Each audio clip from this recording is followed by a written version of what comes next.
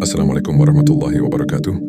Ramai yang mengatakan jika tidak duduk tawarruk ketika tahiyat akhir, maka solat tidak sah. Benarkah kenyataan ini? Bagaimana pula jika seseorang duduk iftirash pada tahiyat akhir kerana terlupa, uzur atau mengikut mazhab lain? Dalam video ini kita akan melihat penjelasan berdasarkan pandangan para ulama supaya kita tidak mudah menghukum solat orang lain sebagai tidak sah.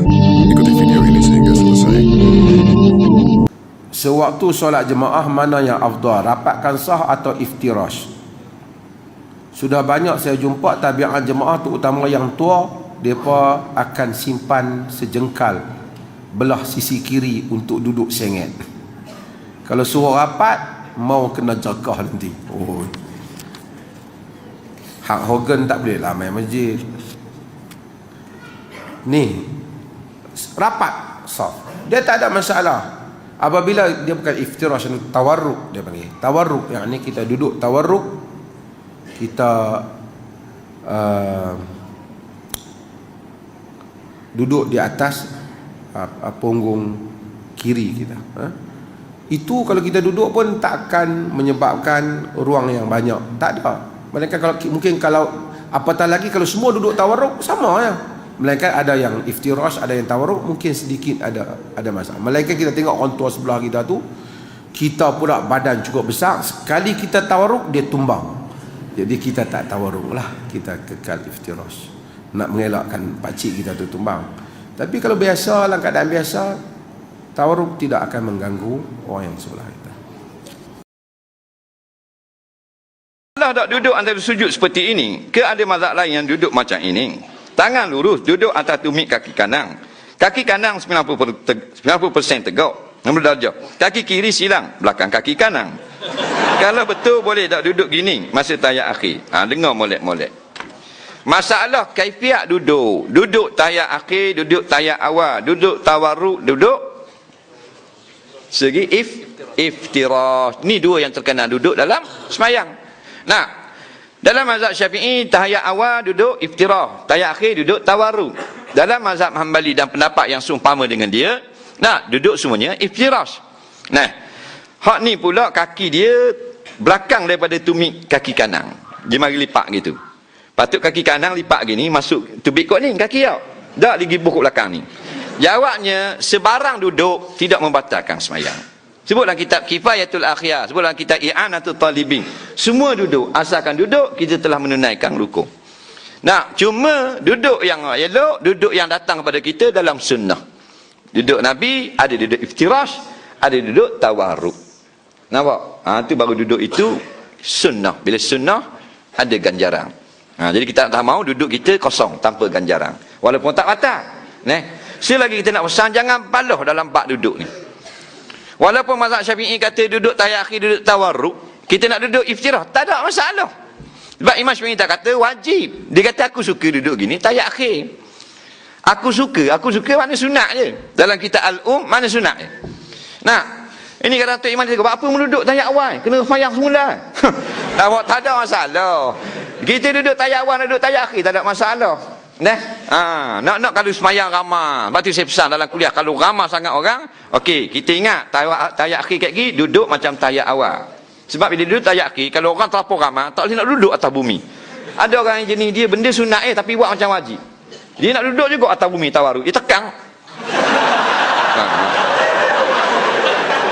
Kita ni kaki seliuh. Kaki seliuh sikit, main golf lagi jadi. Jadi dia ni tak boleh nak duduk. Pasal dia duduk mengaji ni, dulunya duduk tawarruk ni seolah-olah wajib. Dah telah orang terlapor ramai, biasa duduk macam Imam Hambali kata. Imam Syafi'i kata kalau duduk tahiyat akhir macam tahiyat awal, sunat. Tapi kalau duduk macam tawarruk, afdalu, lebih lagi aku suka. Iya, biar faham baik. Nampak? Dah kawan tu namanya, dia tekan juga. Tekan. Siapa congik orang. Soalan seterusnya.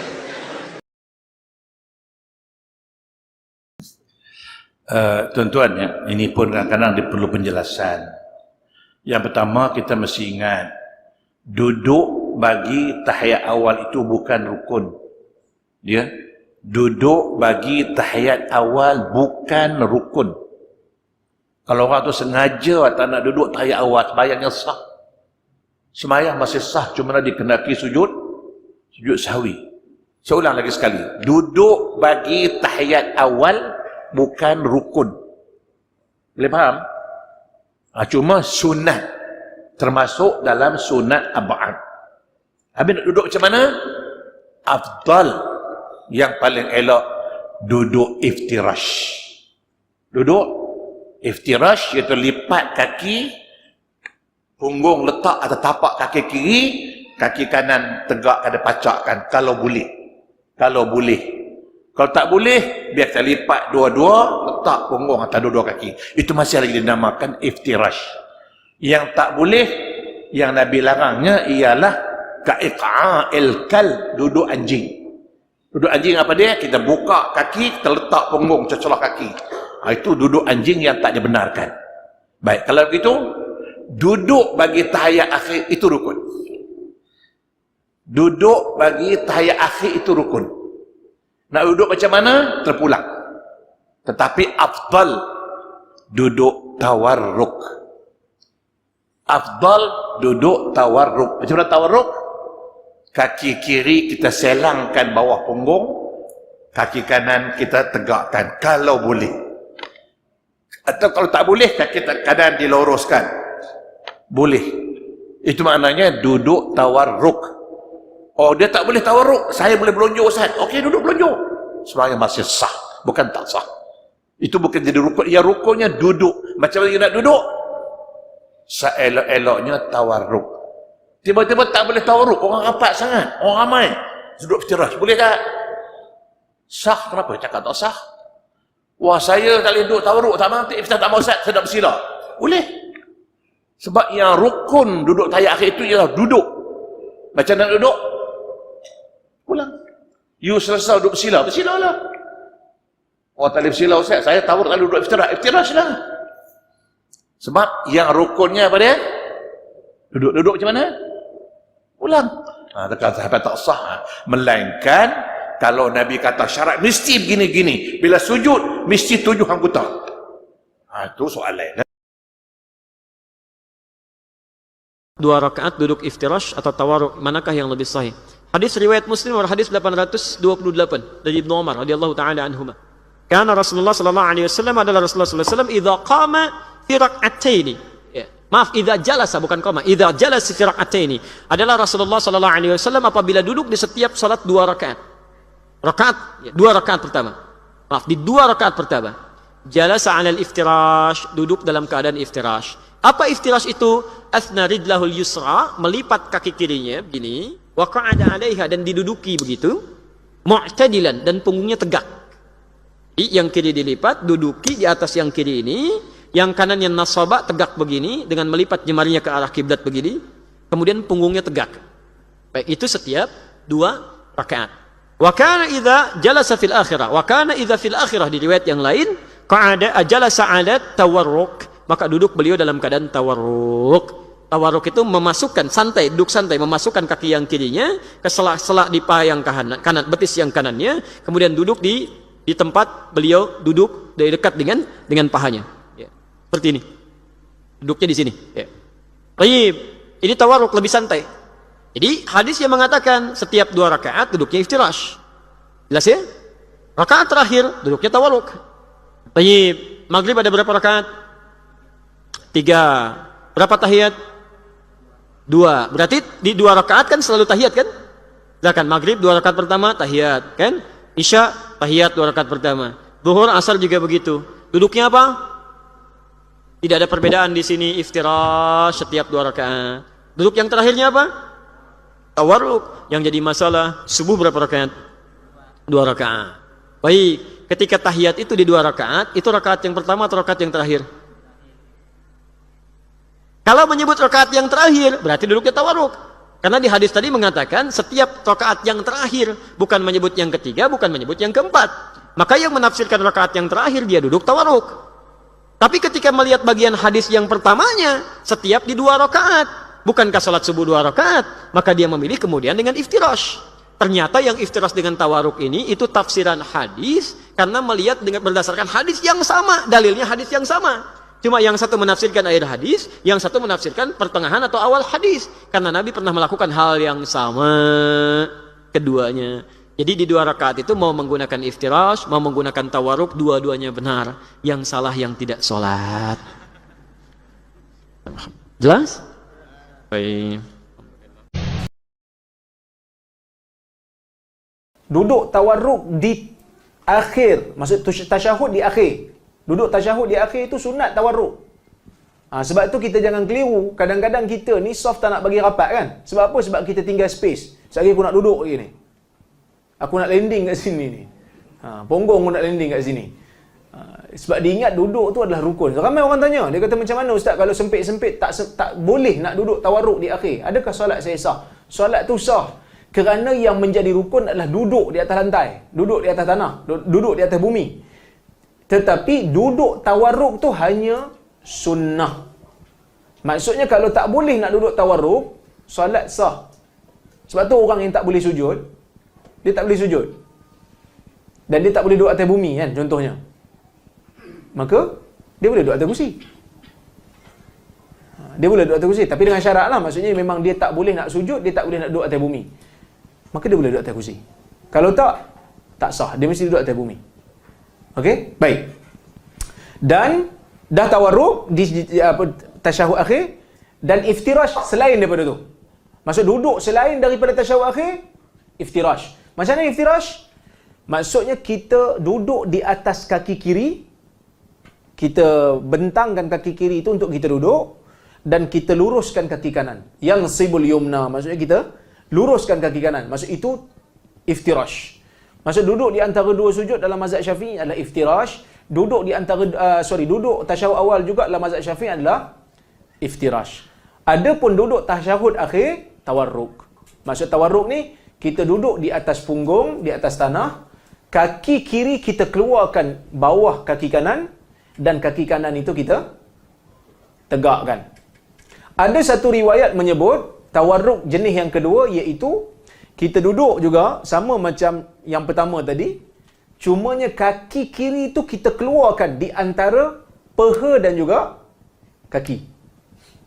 Kalau biasa yang kita buat ni kaki bawah kan? Ada satu riwayat menyebut tengah-tengah.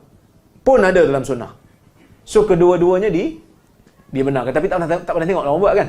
Tak pernah tengok. Nanti aku kena kecam lagi. Pada muka. Siapa sebut? Tapi nak macam mana kan? Kita kelas ni kelas yang betul-betul fokus. So saya kena bagi tahulah sekadar yang saya baca. Itu kadang-kadang orang kata, suka kelirukan orang. Ajar benda yang pelik-pelik. Dah, engkau tak belajar. Tu saya sebut tadi. Anak kita tak faham belajar kat sekolah. Cikgu ajar anak kita tak faham. Apa kita buat?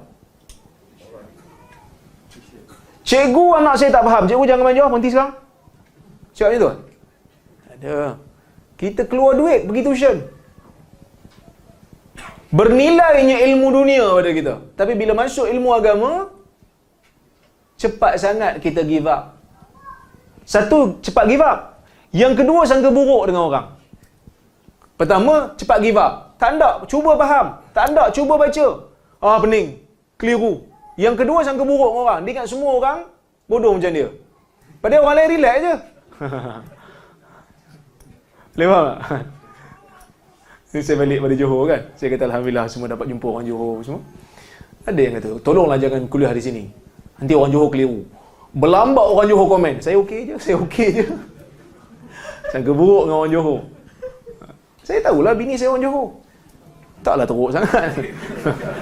Okey je kan. Saya cakap dia faham je. Okey. Tawarruk dia kata huwa ayyajlisal musalli ala warakihil aisar wa ayyansiba rijlahul yumna wa yukhrijur rijlal yusra min tahtiha. Okey? Maksudnya dia kata dia duduk di atas warikihil aisar, dia duduk di atas peha kiri dia. Duduk atas peha kiri, dia dirikan kaki kanan tu ditegakkan, kemudian dia keluarkan kaki kiri di bawah betih kanan. Okey? Baik. Iftirash dia kata duduknya seorang lelaki yang salat ala ka'ibi rijlihil yusra wa yansibu rijlahul yumna ala ru'usi asabi'iha. Iftirash ialah dia duduk di atas buku lali kiri. So kita duduk di atas buku lali kiri dan dirikan kaki kanan, tegakkan dan dia duduk di atas tu. Maksudnya dia ditegakkan ikut ujung jari tu. Itu kita faham lah kan. Okey.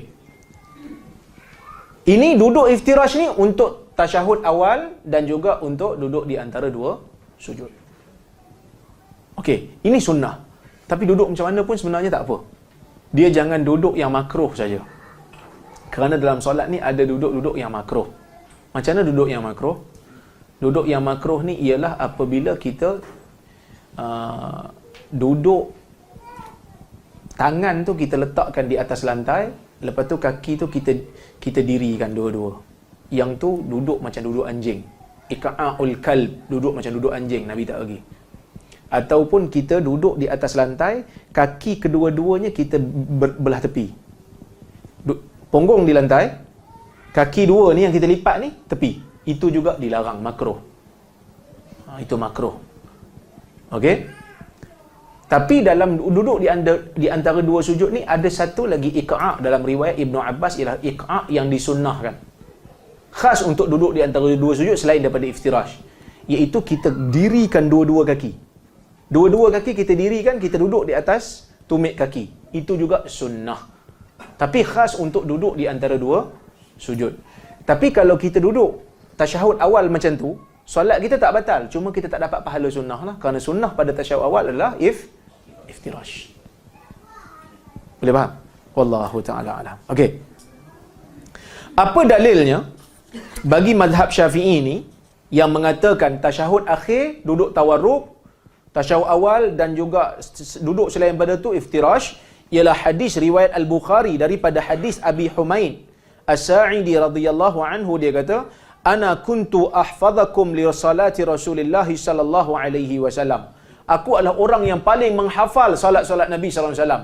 Dia ni cakap bukan dia bangga diri ni, tapi dia cakap ni sebab dia sahabat, dia nak mengajar orang yang bukan sahabat ni. Akulah orang paling tahu, yang paling hafal di zaman ni. Dia nak ajar orang yang bukan sahabat ni. Maka dia kata, fa iza jalasa fir raka'atain jalasa ala rijlihil yusra. Apabila Nabi duduk tasyahud awal, setelah 2 rakaat habis, Nabi duduk di atas kaki kirinya, wa nasabal yumna, dan didirikan kaki kanannya. Ditegakkan kaki kanannya. Maksud tegakkan, dirikan macam ni lah. Okey. Ini duduk iftirash. Baik. Wa idza jalasa fi raka'atil akhirah qaddama rijlahu al-yusra wa nasaba al-ukhra wa qa'ada ala maq'adatihi. Apabila dia duduk tasyahud akhir, maka dia akan lunjurkan kaki kirinya dan dia akan tegakkan kaki kanannya dan dia duduk di atas punggungnya. Itu duduk tawarruk. Cumanya ulama Islam ni berbeza pendapat dalam hukum ni. Ini mazhab Syafi'i. Yang tuan-tuan belajar kat sekolah pun macam inilah. Maksud tasyahud awal duduk iftirash yang sunnahnya, tasyahud akhir duduk tawarruk yang sunnahnya. Tapi kadang-kadang kita keliru, benda ni sunnah je, tapi kita ingat benda tu sebagai rukun. Tu yang sempit-sempit pun nak duduk juga kan. Sempit-sempit pun nak tenyih juga. Tak, kena ingat yang tu sunnah. Baik. Adapun mazhab Maliki, mereka menganggap duduk dalam solat ni tak kira duduk apa. Yang penting duduk saja antara dua sujud ke, tasyahud awal ke, tasyahud akhir ke, tawarruk. Itu mazhab Maliki. So jangan pelik dah lepas ni kalau pergi Spain ke, pergi Maghribi ke, tengok orang solat macam tu. Kita tahulah dia Maliki. Kan tak keliru tu. Bertambah ilmu keliru apanya? Yang keliru ni bila tak boleh digest ilmu. Tak boleh, tak ada ilmu, tak dihadam tu yang jadi masalah. Ilmu kalau masuk dia tambah. So kita kurang keliru. Kenapa? Kerana ada riwayat daripada Umar yang mana daripada Ibnu Umar, dia menyebut Umar ni bila solat, dia duduk dalam solat, dia duduk tawarruk. So dia guna riwayat tu lah. Mereka Maliki menggunakan riwayat tu. Baik, adapun mazhab Hanafi, mereka mengatakan untuk lelaki, mereka bezakan dua solat. Laki dengan perempuan. Untuk lelaki, duduk dalam solat, iftirash semata-mata. Tak ada ni tawarruk-tawarruk ni. Tidak sunnah. Melainkan mereka terima hadis ni. Mereka terima hadis Abu Humaid. Cuma mereka kata ni untuk orang tua dan orang sakit. Untuk orang yang sihat tak payah. Duduk iftirash. Berdasarkan riwayat Aisyah. Kerana Aisyah ni bagi tahu, kata Hanafi, kana Nabi sallallahu alaihi wasallam yafrishu rijlahu al-yusra wa yansibu al-yumna. Nabi ni, kata Aisyah, kalau dia duduk dalam salat, dia akan duduk di atas kaki kirinya dan dia akan berdirikan kaki kanannya. So Aisyah lebih tahulah, sebab Aisyah duduk dengan Nabi. Salat Nabi sunat ni banyak di rumah. So Aisyah nampak. Abu Humaid dia nampak Nabi di akhir hayat, kata Hanafi. Cuma untuk orang perempuan, okey, orang perempuan dia duduk tawarruk. Pasal apa orang perempuan duduk tawarruk? Sebab dia kata duduk tawarruk ni lebih astar, lebih menutup anggotanya. Itu kata Hanafi. Manakala Hanbali, mereka mengatakan, kalau salat tu ada 2 tasyahud, so kita guna riwayat Abu Humaid ni. Kalau 2 tasyahud, tasyahud awal iftirash, tasyahud akhir tawarruk. Kalau salat tu ada 1 je, so dia ambil riwayat Aisyah. Kerana Aisyah bagi tahu Nabi ni iftirash. Itu dia kata untuk 2 rakaat lah. Sebab hadis Abu Humaid ni dia bagi tahu 2. Bila Nabi duduk untuk tasyahud awal, iftirash. Tasyahud akhir, tawarruk. So tuan-tuan tengok, dia ada macam pencanggahan sikit kan hadis ni.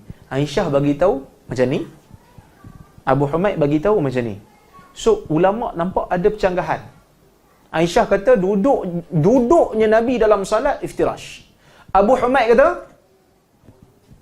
kalau 2 rakaat iftirash, kalau 4 rakaat yang keempat tu tawarruk. So ada pencanggahan. Macam mana ulama selesaikan? Hanbali cara dia menyelesaikan pencanggahan, dia kata kena tengoklah jenis salat. Kalau salat 2 tasyahud, ambil riwayat Abu Humaid. Kalau salat jenis 1 tasyahud saja macam subuh, ambil riwayat Aisyah. Syafi'i kata no. Riwayat Aisyah terlalu umum, mujmal, terlalu umum. Dia tak bagi tahu berapa rakaat. Abu Humaid telah mendetailkan lagi. So Abu Humaid ni mufassar hadisnya. Hadisnya itu hadis yang telah ditafsirkan, didetailkan. Maka detail itu lebih utama daripada tak detail. Nampak? Ni kaedah usul fiqh. Cara nak mengharmonikan dalil yang bercanggah inilah menyebabkan ulama berbeza pendapat. Serupalah macam paha lelaki aurat tak aurat tu. Macam mana ulama beza pendapat? Kerana hadisnya bercanggah-canggah.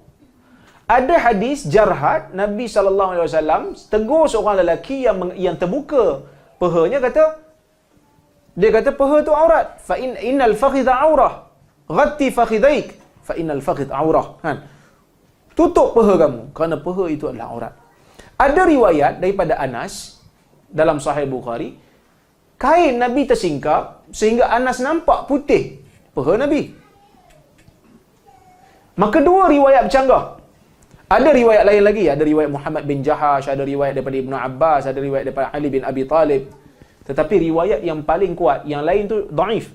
Riwayat yang paling kuat, riwayat Ali pun ada, dhaif, terlalu dhaif. Riwayat yang paling kuat adalah riwayat Jarhad ni. Dan riwayat Jarhad ni pun diperselisihkan. Walaupun paling kuat, itulah riwayat paling kuat yang ada dalam mengatakan paha lelaki aurat, itu pun ulama berbeza pendapat tentang statusnya. Bukhari kata tidak sahih. Abdul Haq Ishbili kata tak sahih. Ibn Abdul Bar kata tak sahih. Siapa lagi? Ibn Rajab juga mengisyaratkan dia dhaif. Maka sebab itu ulama bercanggah-canggah pendapat. Tetapi yang kata aurat ni majoriti ulama, mereka terima hadis tu. Mereka kata hadis ni hasan. Yang tak terima dia kata tolak. Hadis ni muttarib. Muttarib ni maksud hadis ni bercanggah-canggah riwayatnya. Sebab tu didhaifkan oleh Imam Bukhari. Macam mana cara nak hurat, nak harmonikan? Ada yang kata paha bukan aurat. Sebab tu Nabi biarkan terbuka sehingga Anas nampak. Majoriti pula kata tak, yang tu terbuka. Terbuka, bukan sengaja buka.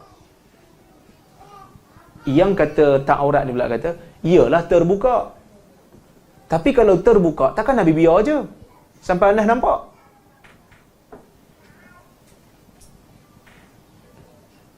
Anas pula, masa diriwayatkan anak murid, dia siap bagi tahu lagi, aku nampak putihnya paha Nabi. Hai, tak payahlah cakap putih. Aurat tu. Nampak?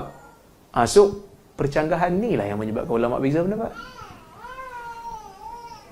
Ada yang kata aurat ada dua. Satu mukhaffafah, satu mughalladhah. Mughalladhah mesti tutup. Mukhaffafah ni elok ditutup.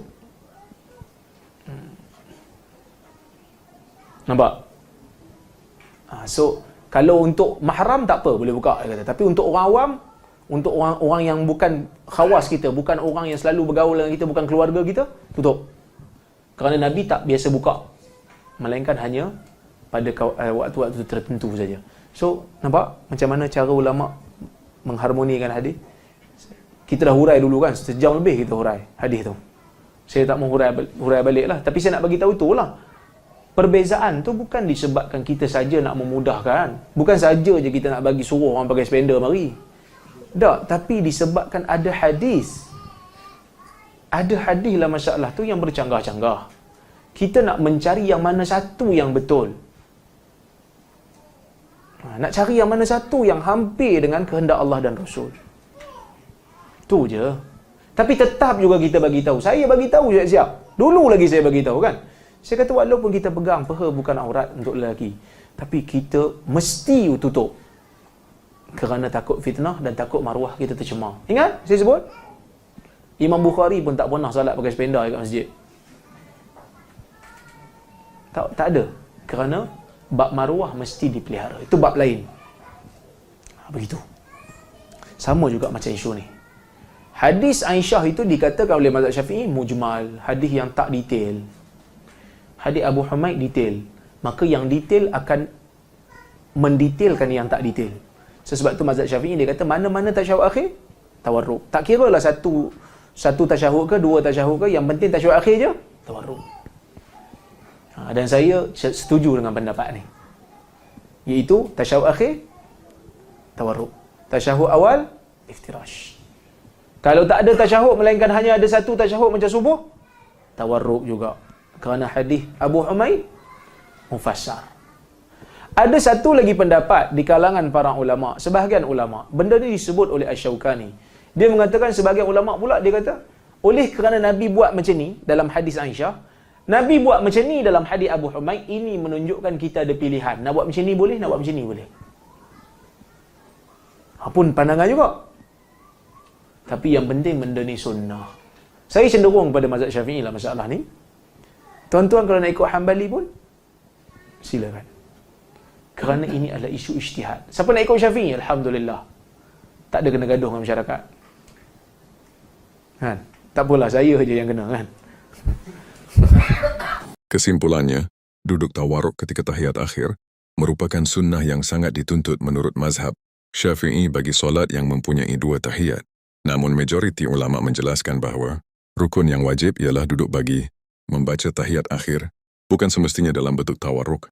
Jika seseorang duduk iftirash pada tahiyat akhir kerana terlupa, tidak tahu uzur atau mengikut pandangan mazhab lain yang mengharuskannya, maka jangan terburu-buru mengatakan solatnya tidak sah. Perbezaan seperti ini termasuk dalam ruang khilaf fiqh yang perlu dihormati. Sebagai umat Islam, kita hendaklah sentiasa berusaha mempelajari cara solat yang paling hampir dengan sunnah Rasulullah SAW. Dalam masa yang sama, kita juga perlu berlapang dada terhadap perbezaan pandangan yang muktabar dan mengelakkan sikap mudah menyalahkan orang lain tanpa ilmu. Jika video ini bermanfaat, jangan lupa tekan like, kongsikan kepada keluarga dan rakan-rakan, serta subscribe untuk lebih banyak perkongsian ilmu berkaitan fiqh solat dan ibadah. Semoga Allah menerima amal ibadah kita semua dan mengurniakan kefahaman agama yang benar. Assalamualaikum warahmatullahi wabarakatuh.